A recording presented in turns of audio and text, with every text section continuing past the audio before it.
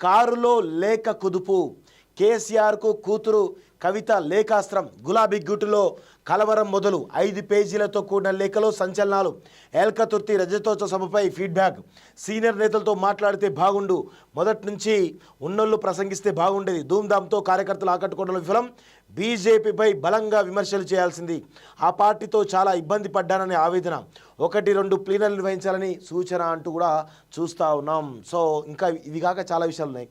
So బీఆర్ఎస్లో వారసత్వం అంటూ ఈ నెల 5న స్వేచ్ఛ ప్రచురించింది సంచలన కథనం అక్షరాల నిజమైంది. అనుకున్నట్లుగానే గులాబీ అధినేత కేసీఆర్కు ఎమ్మెల్సీ కవిత రాసిన లేఖ కారు పార్టీలో కలకలం రేపుతున్నది. నేరుగా అభిప్రాయం చెప్పకుండా లేఖ రాయడం ఎందుకు, అసలు ఆమె ఎందుకు అలా వ్యవహరిస్తున్నారు అనేది రాజకీయ వర్గాల్లోనూ హాట్ టాపిక్గా మారింది. ఎల్కతుర్తి రజతోత్సవ సభ ఫీడ్బ్యాక్ పేరిట సభ నిర్వహణ తీరు, కేసీఆర్ ప్రసంగాన్ని విశ్లేషిస్తూ లేఖ రాశారు. ఒకవైపు అభినందిస్తూనే మరోవైపు ప్రసంగంలో గాఢత తగ్గిందని ఎత్తి చూపారు. అసలు కాంగ్రెస్ బీజేపీ ఎందుకు ప్రజలు క్యాడర్ ఆశించిన స్థాయిలో విమర్శలు చేయలేదని నిలిచారు. ఈ లేఖ రాసిన విషయాన్ని ఈ నెల 5న స్వేచ్ఛ పేర్కొన్నది. బీఆర్ఎస్ వారసత్వం అనే కథనాన్ని ప్రచురించింది. ఇప్పుడు తాజాగా లేఖ బయటపడుతూ హాట్ టాపిక్గా మారింది. కలవరం మొదలు.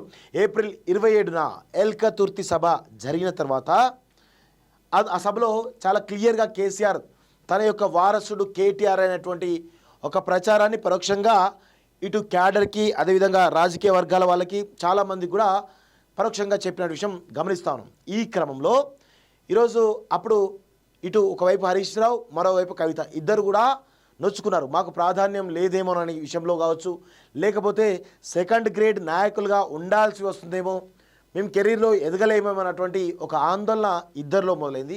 సో దానిలో కవిత ఒక అడుగు ముందుకేసి మేడే రోజున సామాజిక తెలంగాణ అనేటువంటి అంశాన్ని తీసుకొచ్చేసి కేసీఆర్ పైనే నేరుగా విమర్శలు సంధించినటువంటి విషయం మనందరం కూడా గమనిస్తాం.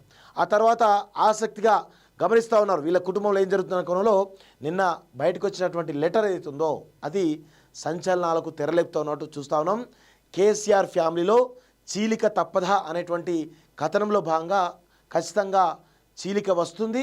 బీఆర్ఎస్ పార్టీ సంక్షోభ దిశగా పోయేటువంటి అవకాశం కనబడుతూ ఉంటుంది. సో ఇవన్నీ కూడా కనబడుతూ ఉంటాయి మిత్రులారా. సో ఇక్కడ చూడండి, ఏప్రిల్ 27న ఎల్కతుర్తిలో బీఆర్ఎస్ రజతోత్సవ సభ నిర్వహించిన సంగతి తెలిసిందే. ఈ సభ విజయవంతం కావడంతో పాటు క్యాడర్లోనూ జోష్ పెరిగింది. అయితే సభకు ప్రజలు క్యాడర్ నుంచి వచ్చిన స్పందనతో పాటు మాజీ సీఎం కేసీఆర్ ప్రసంగం తీరును విశ్లేషిస్తూ కవిత లేఖ రాశారు. ఈ నెల 2న కేసీఆర్కు రాసినట్లుగా ఉండగా ఆలస్యంగా లేఖ వెలుగులోకి వచ్చింది. ఈ లేఖ ఇప్పుడు రాజకీయంగా చర్చ కావడంతో పాటు పార్టీలోనూ కలకలం రేపుతుంది.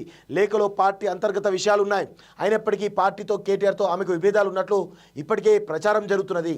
ఈ లేఖ ఆ ప్రచారానికి ఊతమిచ్చినట్లు అయిందని పార్టీ నేతలు చర్చించుకున్నారు. మరోవైపు కవిత సన్నిహితులు మాత్రం ఆ లేఖ రాయలేదని చెబుతూనే మరోవైపు క్యాడర్ అభిప్రాయాన్ని మాత్రమే లేఖలో పేర్కొన్నట్లు ఉందనే అభిప్రాయం వ్యక్తం చేస్తున్నారు. దాదాపు 20 రోజుల తర్వాత లేఖ బయటకు వచ్చింది. ఎలా బయటకు వచ్చింది, ఎవరు లీక్ ఇచ్చారు, ఎందుకు ఇచ్చారు, ఈ సమయంలో ఇవ్వాల్సిన అవసరం ఏమొచ్చింది అనేది సర్వత్రా చర్చనీయాంశంగా మారింది. సో ఈ లేఖ వాస్తవంగా కవిత అమెరికాకు పోయే రోజే బయటకు వస్తుందనే ప్రచారం బలంగా జరిగింది మా జర్నలిస్ట్ సర్కిల్లో.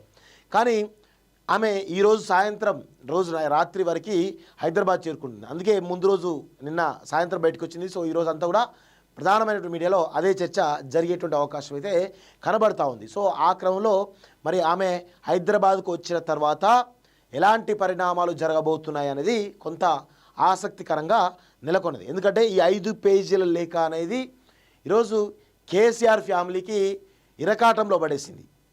ఎందుకంటే అసలు దీనిపైన అసలు ఆ లేఖ ఆమె రాసిందా లేదని వీళ్ళకి క్లారిటీ లేదు. ఆ దస్తూరి ఏమో ఖచ్చితంగా ఆమెది అనేటువంటి చాలా స్పష్టంగా కనబడతా ఉంది. సో ఈ క్రమంలో దీనిపైన కేసీఆర్ ఎలా స్పందిస్తాడో తెలియదు. కేసీఆర్ మౌనముని స్పందించే పరిస్థితి లేదు. కేటీఆర్ స్పందిస్తారా, లేదు. మరి హరీష్ రావు స్పందిస్తారా, చూడాలి. సంతోష్ రావు స్పందిస్తారా, తెలియదు మనకి. సో ఇవన్నీ కూడా ఉన్నాయి. సో మొత్తానికైతే అసలు కేటీఆర్ స్పందన ఏంటి ఈ లేఖ పైన అనేది చాలా స్పష్టంగా తెలవాల్సిన అవసరం అయితే ఉంది. అయితే ఈ లేఖతోటి ఖచ్చితంగా కేసీఆర్ కుటుంబం బీఆర్ఎస్ పార్టీ ఇరకాటంలో పడ్డది అనేది మాత్రం చాలా స్పష్టంగా అర్థమవుతా ఉంది. సో 6 పేజీల లేఖ సారాంశం చూడండి. Daddy congratulations on the success of the meeting. కొన్ని విషయాలు నా దృష్టికి వచ్చి మీతో షేర్ చేస్తున్నాను. క్యాడర్లో morale is high. Cadre stayed until the end. Listen to your speech with attention అంటూ చూస్తాను. మీరు ఆపరేషన్ గారి మీద మాట్లాడడం చాలా బాగా నచ్చింది. కాంగ్రెస్ ఫెయిల్ మీరు చెప్పిన తీరు చాలా బాగుందని అనుకుంటా ఉన్నారు. సో ఈ పాయింట్స్ మాత్రమే ఫీడ్బ్యాక్, పాజిటివ్ ఫీడ్బ్యాక్. కానీ నెగిటివ్ ఫీడ్బ్యాక్ చూడండి ఎంత ఘోరంగా ఉంటుందో. పహల్గామ్ అమరులకు బాణం బాగుంది, ఇది కూడా పాజిటివ్ ఫీడ్బ్యాక్. ఇక చూడండి, పర్సనల్గా మీరు రేవంత్ రెడ్డి పేరు తీసి తిట్టకపోవడం చాలా మందికి నచ్చిన అంశం. ఆయన మిమ్మల్ని రోజు విమర్శిస్తున్నా కూడా మీరు హుందాగా ఉన్నారని ఫీడ్బ్యాక్ వచ్చింది. తెలంగాణ అంటే బీఆర్ఎస్ అంటే కేసీఆర్ అని మీరు బలంగా చెప్తారని చాలామంది అనుకున్నారు. తెలంగాణ తల్లి విగ్రహం మార్చడం, తెలంగాణ గీతం విషయం మీరు మెన్షన్ చేస్తారని ఎదురు చూశారు. ఓవరాల్గా ఇంకొంచెం పంచులు ఉంటాయని అనుకున్నారు. కానీ క్యాడర్ లీడర్ అసంతృప్తిలో అయ్యారు. డాడీ పోలీసుకు వార్నింగ్ కూడా వెల్ రిసీవ్డ్ అంటూ చూస్తాను. సో పాజిటివ్ ఫీడ్బ్యాక్ అంటూనే అందులో నెగిటివ్ అంశాలు జోడించింది కవిత.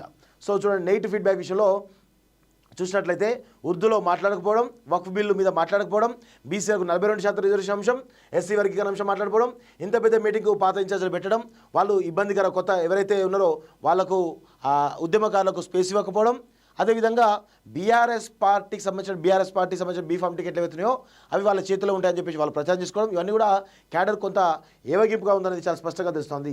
సో స్టేజ్ బీకి మీరు వచ్చిన తర్వాత ఆయన కూడా మాట్లాడాడు. ఆయన ముందు ఎర్రబెల్లి దయాకర్ మాట్లాడు. సో దానికంటే ముందు వినయ్ భాస్కర్ లాంటి వాళ్ళను, లేకపోతే మధుసూచారి లాంటి సీనియర్ నాయకులను మాట్లాడిస్తే బాగుంటుంది అనేది ఆమె యొక్క అభిప్రాయం. సో ధూమ్ధామ్ కార్యక్రమం ఫెయిల్ అయిందని చెప్తా ఉంది. బీజేపీ మీద మీరు కేవలం 2 నిమిషాలు మాట్లాడిండు. సో ఇది ఏమవుతుందంటే క్యాడర్లో బీజేపీ బీఆర్ఎస్ ఒక్కటే అనేటువంటి బలంగా ప్రచారం పోతున్న విషయం ఆమె చెప్పడంతో, అంటే ఆమెనే చెప్తుంది అంటే 100% బీజేపీ బీఆర్ఎస్ ఒక్కటే అనేది విషయం చాలా స్పష్టంగా అర్థమవుతా ఉంది. సో చూడాలి, బీజేపీకి సాయం చేశామని కాంగ్రెస్ మీద గ్రౌండ్ రిపోర్ట్లో నమ్మకం పోయింది. బీజేపీ ప్రత్యామ్నాయం అవుతుందేమన్న ఆలోచన మన క్యాడర్లో ఉన్నది. ఎమ్మెల్సీ ఎన్నికల్లో మనం పోటీ చేయకుండా అవకాశం బీజేపీకి ఇచ్చాం కాబట్టి బీజేపీ ఖచ్చితంగా బీజేపీ బీఆర్ఎస్ ఒక్కటే అనేటువంటి బలమైనటువంటి వాదన కాంగ్రెస్ పార్టీ తీసుకుపోయి జనాలు కూడా అదే ఫీల్ అవుతూ ఉన్నారు. అది 100% వాస్తవం. సో కేసీఆర్కు లేఖ రాసిన ఎవరు లేఖ ఇచ్చారు? కేసీఆర్కు కవిత రాసిన లేఖ బీఆర్ఎస్లో తీవ్ర చర్చాంశం ఏంది? రాష్ట్ర రాజకీయాల్లో పెను సంచలనమైన ఈ వ్యవహారంపై అధినేత తీవ్రంగా స్పందించినట్లు తెలుస్తూ ఉంది. అందుబాటులో ఉన్నట్టు ముఖ్య నేతలతో గులాబీ బాస్ టెలికాన్ఫరెన్స్ నిర్వహించినట్టుగా సమాచారం. చెవిలో చెప్పాల్సిన విషయాన్ని ఎందుకు బహిరంగం చేశారు? 4 గోడల మధ్య మాట్లాడుకోకుండా లేఖ ఎందుకు బయట పెట్టారు?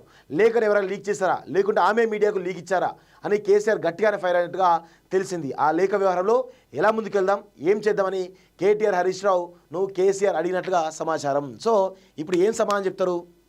నేను గతం కొన్ని రోజులుగా దీనిపైన కథనాలు చేస్తాను. సో చాలామంది బీఆర్ఎస్ పార్టీలో కొంతమంది నాయకులు నన్ను తిట్టిన సందర్భాలు ఉన్నాయి. సో కొంతమంది విమర్శించిన సందర్భాలు ఉన్నాయి. ఇప్పుడు మీ నోళ్ళు ఎక్కడ పెట్టుకుంటారో అని అడుగుతా ఉన్నా నేను. ఇప్పుడు ఈ లేఖ బయటకు వచ్చింది కదా, ఈ లేఖలో చాలా విషయాలు చెప్పింది కదా. సో ఇప్పుడు మీ నోళ్ళు, మీ ముఖం ఎక్కడ పెట్టుకుంటారో ఒకసారి తెలుసుకోండి మీరే. ఖచ్చితంగా రాసిపెట్టుకు రాబోయే 6 నెలలలో కేసీఆర్ కుటుంబం విచ్ఛిన్నం కాబోతుంది. హరీష్ రావుతో సహా కేటీఆర్ ఎటు కాకుండా కాబోతున్నాడు. సంతోష్ రావు కూడా ఖచ్చితంగా ఒక డిసిషన్ తీసుకోబోతున్నాడు. సో కుక్కలు చింపిన విస్తరి కాబోతుంది బీఆర్ఎస్ పార్టీ. రాసి పెట్టుకోండి ఇది. సో లేఖపై ముందే చెప్పిన స్వేచ్ఛ అంటూ చూద్దాం ఉన్నాం. సో మొత్తానికైతే ఈ లేఖ అనేది తెలంగాణ రాజకీయాల్లో ఒక కుదుపుతుంది. దీనిపైన ఇప్పుడు ఏం మాట్లాడాలో తెలియని పరిస్థితిలో ఇరకాటంలో బీఆర్ఎస్ పార్టీ కల్వకుంట్ల కుటుంబం ఉందన్నది చాలా స్పష్టంగా అర్థమవుతా ఉంది. సో ఇక్కడ చూసినట్లయితే నా రూటే సపరేటు, అధినేత తీరునే ప్రశ్నిస్తున్న కవిత ఇప్పటికే పార్టీ పెడతారనే ప్రచారం, అందుకే రాష్ట్ర వ్యాప్తంగా పర్యటన. మరోవైపు బీసీ అంశంతో ముందుకు అన్ని వర్గాల పక్షాన పోరాడడానికి సన్నద్ధం, త్వరలోనే భవిష్యత్ కార్యాచరణ అంటూ చూస్తాను. సో ఆమె గతంలో బీఆర్ఎస్ పార్టీ అధికారం కోల్పోయిన తర్వాతప్పటి నుంచి కూడా ఆమె చాలా అంశాలను కూడా బీఆర్ఎస్ పార్టీలో నిర్ణయం తీసుకోకుండానే చాలా అంశాలపైన పోరాడు. ముఖ్యంగా బీసీలకు సంబంధించిన అంశాన్ని పూలే ఫ్రంట్ పేరుతోటి ఏర్పాటు చేసి బీసీల అంశాన్ని తెర మీద తీసుకురావడానికి చాలా పెద్ద ఎత్తున ప్రయత్నాలు చేసింది. ఆ తర్వాత జైలుకి వెళ్ళింది. జైలుకి వెళ్ళి వచ్చిన తర్వాత కూడా మహిళల అంశంపైన చాలా అంశాలపైన కూడా ఆమె జాగృతి ద్వారా అనేక కార్యక్రమాలు తీసుకెళ్ళిన సందర్భాలు ఉన్నాయి. సో ఆ క్రమంలోనే అంతర్గతంగా కల్వకుంట్ల కుటుంబంలో ఏం జరుగుతుంది అనేటువంటి చర్చ బలంగా జరిగింది. ఇప్పుడు చూస్తున్న విషయం చూస్తూ ఉంటే ఆమె ఏం చేయబోతుంది అని తెలుస్తుంది. ఈ లేఖ తర్వాత ఖచ్చితంగా ఆమె బీఆర్ఎస్ పార్టీలో అయితే ఉండదు. So even BRS party KCR ఈమెను సస్పెండ్ చేయడమా, లేకపోతే ఈమె ఇంకొన్ని రోజులు ఇదే విధంగా గేమ్స్ ఆడుతూ అన్ని రకాలుగా బీఆర్ఎస్ పార్టీ డ్యామేజ్ చేసి బయటకు వచ్చి కొత్త పార్టీ పెట్టడమా, ఇవన్నీ కూడా జరిగేటువంటి అవకాశాలు అయితే ఉన్నాయి. సో నిశ్చితంగా గమనిస్తే రాబోయే 6 నెలలు రాజకీయాల్లో చాలా పెద్ద ఎత్తున ట్రెండింగ్ వర్డ్స్ నడుస్తాయి. రాసిపెట్టుకోండి. కల్వకుంట్ల కవిత రూటే సపరేట్ అని విస్తృత ప్రచారం జరుగుతోంది. లిక్కర్ స్కామ్ ఆరోపణలతో జైలుకు వెళ్ళి వచ్చిన తర్వాత కవిత కార్యక్రమాల స్పీడ్ పెంచారు. రాష్ట్ర పర్యటనలో చేస్తూ కీలక నేతగా ఎదిగేందుకు ప్రయత్నాలు ముమ్మరం చేశారు. ఇప్పటికే పార్టీ పెడతారనే ప్రచారం జరుగుతుంది. ప్రస్తుతం సభను విశ్లేషిస్తూ రాస్తున్న లేఖ అందుకు మరింత బలం చేకూరుస్తుందని రాజకీయ వర్గాలు భావిస్తున్నాయి. రాష్ట్ర రాజకీయాల్లో తనకంటూ ప్రత్యేక గుర్తింపు కోసం ప్రయత్నాలు ముమ్మరం చేశారు. కేంద్ర రాష్ట్ర ప్రభుత్వాలపై తనదైనటువంటి శైలిలో విమర్శలు గుప్పిస్తున్నారు. వైఫల్యాలను ఎత్తి చూపుతున్నారు. ఎవరిని వదిలే ప్రసక్తే లేదని తప్పులు ఎత్తి చూపుతున్నారని ప్రజల పక్షమని కవిత స్పష్టం చేశారు. సో పార్టీ వైఫల్యాన్ని సైతం తాజాగా ఎత్తి చూపుతున్నారు. పార్టీలో ఎక్కడ లోపాలు ఉన్నాయి, ఎలా సరిచేయాలి, పార్టీ క్యాడర్కు ఎలా అందుబాటులో ఉండాలి, పార్టీ క్యాడర్కు పార్టీ బలోపేతంపై తీసుకోవాల్సిన అంశాలను సైతం పార్టీ అధినేత కేసీఆర్కు సూచిస్తున్నారు. అయితే పార్టీలో ఉంటూనే పార్టీ జాగృతి బలోపేతంపైన దృష్టి సారించారు. అందివచ్చిన ఏ అవకాశాన్ని వదులుకోకుండా తన ప్రణాళికలతో ముందుకు వెళ్తూ తనకంటూ ఒక ప్రత్యేక గుర్తింపును తెచ్చుకునేటువంటి ప్రయత్నం చేస్తూ ఉన్నారు.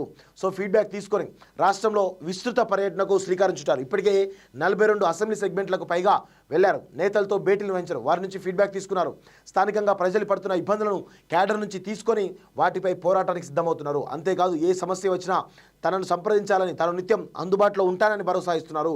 రాబోయేది బీఆర్ఎస్ అని పేర్కొంటూనే తన సైతం బలమైనటువంటి నేతగా ఎదిగేందుకు ప్రయత్నం చేస్తూ ఉన్నట్టు చూస్తూ ఉన్నాం. అంతా అన్న వల్ల ఏంటంటే వాస్తవంగా కేటీఆర్ వల్లనే. కేటీఆర్ కవితను ఓర్వడు, హరీష్ రావును ఓర్వడు, సంతోష్ను ఓర్వడు, కేసీఆర్కి ఏమో కొడుకే వారసుడిగా ప్రకటించేసుకున్నాడు. ఇప్పుడు కేటీఆర్ ఏం చేస్తున్నాడు, ఇప్పుడు వీళ్ళిద్దరిని పొమ్మలేక పెడితే కనుక వీళ్ళు పోయేటట్లు లేరు కాబట్టి పొమ్మలేక పొగబెడతా ఉన్నారు. కాబట్టి ఫస్ట్ కవిత బయట పోయింది అనుకోండి. కవిత బయటికి పోయింది కాబట్టి హరీష్ రావు కూడా బయటకు పోతాడు.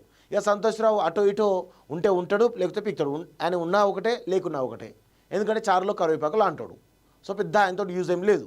సో ఇక్కడ ఏమవుతుంది, కవితను ఆల్రెడీ కేటీఆర్ అనేక రకాలుగా టార్గెట్ చేసిండు. అసలు ఆమె ఢిల్లీ లిక్కర్ స్కామ్లో ఇన్వాల్వ్ అయ్యి జైలుకి వెళ్ళిన కారణమే, ప్రధానమైన కారకుడే కేటీఆర్ అని తెలుస్తూ ఉంది. సో ఈ క్రమంలో మొత్తానికైతే కేటీఆర్కి సంబంధించినటువంటి విషయంలో తను నొచ్చుకొని ఆ పార్టీలో ఉంటే తను సెకండ్ గ్రేడ్ ద్వితీయ శ్రేణి నాయకురాలుగా ఉంటుంది తప్ప ఎదుగుదల ఉండదు అనే కోణంలో ఆమె ఇక విమర్శలు సంధిస్తూ మరి రాబోయే రోజుల్లో పార్టీ పెట్టే అవకాశం అయితే చాలా స్పష్టంగా కనబడతా ఉంది.